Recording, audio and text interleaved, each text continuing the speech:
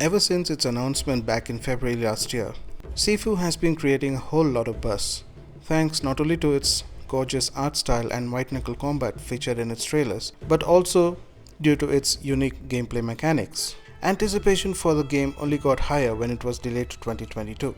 Much has been riding on the shoulders of Sifu, as the French developer Slowcap's previous game was one that, although reviewed okay, failed to appeal to the masses.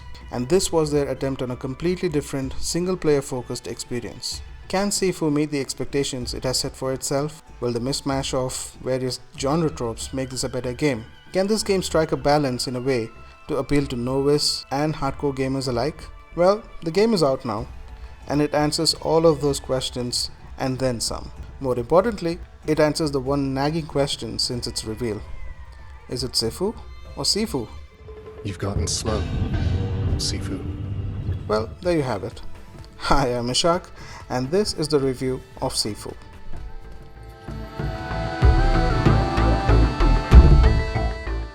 Sifu is a martial art based beat 'em up game that has you putting down hundreds of thugs in glorious fashion in its gorgeously designed levels. At least that is the framework on which the rest of the game's mechanics are built upon. It employs a simple yet effective control scheme, and much of the game's weight is carried by this control scheme. The options for offense include a light and heavy attack, alongside some basic combos and unlockable special moves. For defense, you have the ability to block, dodge, and parry. Once you have worked your way through the enemy's health bar, you get a prompt for a sweet looking finisher move that puts them down for good, in most cases. Additionally, there are focused moves which build up over time and when executed provides more significant abilities like stunning the opponent or knocking them down, leaving them open for an additional attack. In practice, this combination of offense and defense hits that sweet spot of being easy to pick up but hard to master. However, the game quickly teaches you that this is not one for mindless button mashing, but one that demands precision inputs and split-second decision making. Blocking an enemy attack is good, but constantly blocking an attack fills a meter which leaves the player vulnerable for attacks when that bar is full. On the flip side though, parrying is a boon, but it requires blocking at the very last moment before a hit connects, which leaves the enemy open for attacks. But this takes a whole lot of learning enemy hit patterns, which, once mastered, works well. Learning enemy attack patterns also helps in dodging attacks, which is by far the best option, but one which also requires lightning-like reflexes in order to avoid high or low attacks. These core mechanics are coupled with AI that is on the aggressive side, with each enemy type with their own set of combat abilities, and groups of enemies that can overwhelm you in terms of sheer numbers. But all of this never happens in a way that is unfair. The player is always in a position where he or she has the tools to overcome what the game throws at them. Whether or not and how quickly we learn to employ these tools is up to the player. It is an unapologetic design and it works wonders. There is a ton of enemy variety on offer, and each boss encounter feels distinct and challenging in its own way. The environment plays a vital role in combat, with walls and furniture to smash opponents in, and a variety of weapons to pick up and objects to throw. Death will be served quickly and frequently, and this is where the game's main gimmick comes into play. The player begins the game with the main character at the age of 20, and with each death in a level, a death counter rises, and you respawn that many years older. As the player grows older, his attacks get more powerful, which is a trade-off for lower health that comes along with aging. And after a certain age over 70, the player dies for good, and it's game over. Taking down some enemies and bosses lower the death counter, and there is also the option to spend XP earned in-game to reduce the death count significantly. The age in which the player finishes the level becomes the starting point of the next level, pushing the player to remain as young as possible as they step into levels with tougher opponents.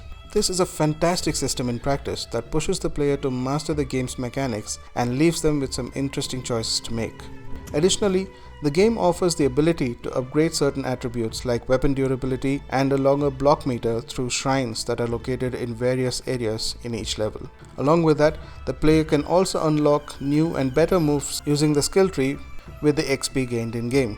Much of these moves are essential to progress further and provide a welcome sense of power. There are clues which can be found hidden in the game world that add a healthy dose of lore to the bare-bones story. These clues sometimes also unlock shortcuts, bypassing some obstacles on the way to the end of the level, making your umpteenth run of the level much more accessible. Show yourself. Much like the game's core mechanics, the story is a simple yet effective one. A revenge saga where the protagonist avenges his father's death by setting out to take the killers down, of which there are 5 of them, each being the boss of one of the game's 5 levels. As simple as the story is, it really is quite effective, partly because you're given the motivation to step into the game's world at the very beginning, and that motivation sticks with you until you die the first few times. After that, what drives you primarily will be the want to master the game's systems and its little nuances in order to complete the level at an acceptable age to you. Once the level is done, you will most likely push to the next level without hesitation in order to continue the story forward. The real payoff by the time the credit rolls, though, is the sense of accomplishment that you as a player would go through, because you've lived through a sort of martial arts crash course yourself in order to end the game the way you want, and your journey mimics the struggle the protagonist goes through in order to get to the end of the story. So it all feels very personal.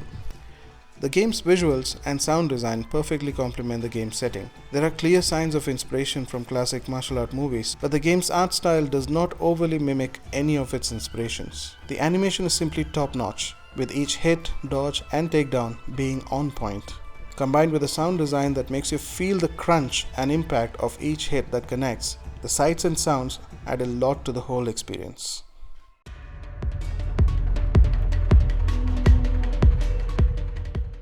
Sifu is one of the rare games where much of the fat has been trimmed in order to give you a distilled game experience with simple yet effective mechanics that work. Right from its story to the game's structure to its ability to give the player the room to learn until they master it to their satisfaction, the game simply employs whatever works for its design, and anything unnecessary has been cut down, resisting the temptation to add artificial padding to prolong the game's runtime. The game, in theory, can be finished in the vicinity of a couple of hours, but in order to get to that level of mastery, you need to go through the grueling training ground that is the game itself. My playthrough lasted a good 14 hours until I was able to finish the game at age 60.